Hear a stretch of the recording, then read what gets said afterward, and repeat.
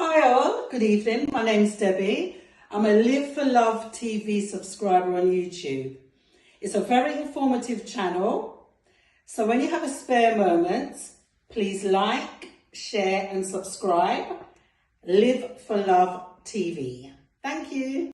Welcome back to Live for Love TV. Today's the 7th day of the 6th month of the 24th year inside the 21st century. Hope everyone's doing extremely well out there. Now first, for those people who have been talking to me personally, calling me up and saying that they're noticing some of the negative troll comments that come into my comments, have no fear. Don't worry about it. There is nobody who goes on YouTube or in the public domain who doesn't get some of these negative feedback. And I'm not talking about the things that you say, but personal attacks, you know. So don't take it. Please don't take it personally. I mean, I'm one of these people where, you know, Scripture says that the woes of a man is that of his own household. Now, I've lived with that most of my life, so these people are going to try a lot harder to rattle my cage. I understand how the game goes, so don't worry about that, and please don't take that personally if you're a friend of mine. I wanted to address something about some of the Pan-Africanism, some of the things that Pan-Africans like to say. I grew up in Pan-Africanism. I know a lot about Pan-Africanism. I've spent most of my life inside of a Pan-African paradigm. So some of the things they say have to be challenged. I mean, it doesn't matter whether you're inside or outside. If you know something's not right, you have to challenge it. And one of those things is in 1914, over a century ago, between 1914 and 1918, was the First World War. Now, I've always heard, and I've heard this for many years, some Pan-African people in particular saying this is not a world war. They like to you know, pussyfoot around and start saying, well, it's a European tribal war.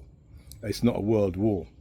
And they actually think that they sound intelligent when they say that. It's amazing that they can say this type of thing and get away with it. And maybe because they're, you know, some of them are quite bullyish, and some people don't actually know how to challenge them and to say and push back against some of these foolish arguments. They say it's a European tribal war. They're trying to denigrate it as not being an actual world war. And their argument often is, well, there was no fighting in this part of Africa, there was no fighting in this part of Caribbean, there was no fighting, so then it wasn't a world war. Boy, I tell you, you know, you need to, if that's your thinking, you need to kind of chill, have a drink, go to the bar, have a drink and relax, and leave it to the big boys. Yeah, leave it to people who understand what a world war is. If you don't, when they say there was no fighting in certain parts of Africa in the First World War, what they failed to understand is, outside of one country on the African continent, every single African country was colonized by a European country. Listen to that. Every country was colonized by Europe, and the Caribbean, and most of the Americas, and India, Asia, China was colonized by one European or another. So when these two countries went to war, if man on the left-hand side fights the man on the right-hand side, and the man on the left-hand side wins, he takes the colonies for the man on the right-hand side, which is what happened in the First World War and also happened in the Second World War. So it's a world war. They're fighting for the spoils of the war of the world itself, which is what they cut up and carved up in, I think, 1883 to 1887 in the Berlin Conference. So that's what makes it a world war. It doesn't have to actually be fighting in, let's say, Jamaica for it not to be a world war. Jamaica would have turned into a German colony if Germany had won against the English. Therefore, it's a world war. It's part of the world. Anyway, I hope that clears it up for those people who don't understand that this is how some people talk and how they behave. They're really not. They're not. This is why we're in the problems we are. We don't have enough people who can straighten us out most of the time and keep us in deep thinking. Now, the reason I brought that up is because myself and many of my generations were born to in a British colony.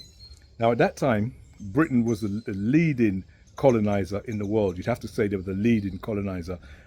I think they had more places around the world than any of the other countries, including France, France was a big colonizer, Spain, and Portugal, and many others, but Germany as well. And Britain really, as you say, they were the big boys. As far as you're concerned, they were the nose in the air big boys, you know? And what happened if you came from the colonies that the Britain owned, most of us who came from those colonies, we also had our noses in the air, and we also walked around like we were the big honchos. And we'd look at the people in the French colonies, the black people in the French colonies, and say, "Whoa, we're with the big boys. You're championship, we're premiership," you know. And we literally had a so-called, a braggadocious attitude about being born in, whether it's Kenya, whether it was in Nigeria, whether it was in Ghana, in Jamaica, in Trinidad. These were all British colonies. This is the attitude the black people would have had. And believe it or not, black people who didn't come from those countries, the British countries, looked at those other black people and thought, well, they can't. Nobody could stand us. Nobody liked us. We were disliked universally in the black community around the world, whether we realized it or not. And that went on for a long time, until 1945, at the end of the Second World War, where England, though they won the foot soldier war, they lost the financial war, and India 2 years later wrestled himself away from England, which was a massive. I mean, India had so many hundreds of millions of people that was a massive drawing away. That really basically destroyed England. And then Ghana did it, and then the countries one after the other, Africa, Nigeria, and all the other countries around the world started pulling away from England. And that was the end of England. England was no more. Or sorry, Britain. Great Britain was no more. Let me be correct. Was no more. Then America became the superpower after the Second World War. And guess what? The black Americans, just like us, nose in the air, we're the main man. You know, you can see it to this day how black Americans behave, especially if you see them outside of the continent when they go to America, to the Caribbean. Their behavior is, I'm not disrespecting them, because we all do. We've done it before. What we did is what they're doing now. Their white power structure is the most powerful structure on the planet, just like Britain was. Now their money is just how Britain was. Is now the currency for the whole world. You know, so. The reserve currency for the whole world. So Britain's currency was the reserve currency. So their behavior is similar to how our behaviors in all of those colonies would have been. And nobody can stand black Americans. I mean, I love you. Trust me, I love you. I understand the history and I understand things, but be honest with you, if you go anywhere in the world, people will take your dollar. They like your dollar. They like when they'll big you up for the dollar. But as soon as you've turned your back, nobody can stand it in America. And it's coming from the same, your slave master, your man, your head honcho. He's the main man in the world. Therefore, you are portraying that same behavior that we in the British colonies portrayed 170 to 80 to 100 years ago. It's the same behavior. Nobody could stand us then, and nobody can stand you now. And I'm just bringing it up because it's hilarious to me, because eventually America's going to go down the same way Britain did. They'll no longer have the reserve currency. They'll no longer be the main European or the main man out there, and the same thing that happened to the people of the British colonies is going to happen to the black Americans. They're going to be lost in space. And there was a sort of TV program back in my day called Lost in Space. They're going to be lost in space like how most people from the British colonies are lost in space. They don't know where they're coming or going. Half of them, some of them want to be. They're acting like they're black Americans, or they're acting like this, or they don't know who they are. A lot of people don't know who they are because the master doesn't tell them who they are anymore. So they've lost some sort of connection with self.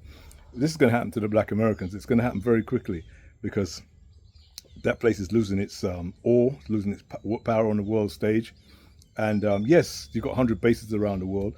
But as I said in Britain before, the sun didn't shine on the British Empire. That simply meant that when the sun went down in one place, wherever the sun was shining, the Britons still controlled it. So when it was going down in Tottenham and Hackney and London, it was still shining on another part of Britain, no matter where in the world it was. That's how powerful these people said they were.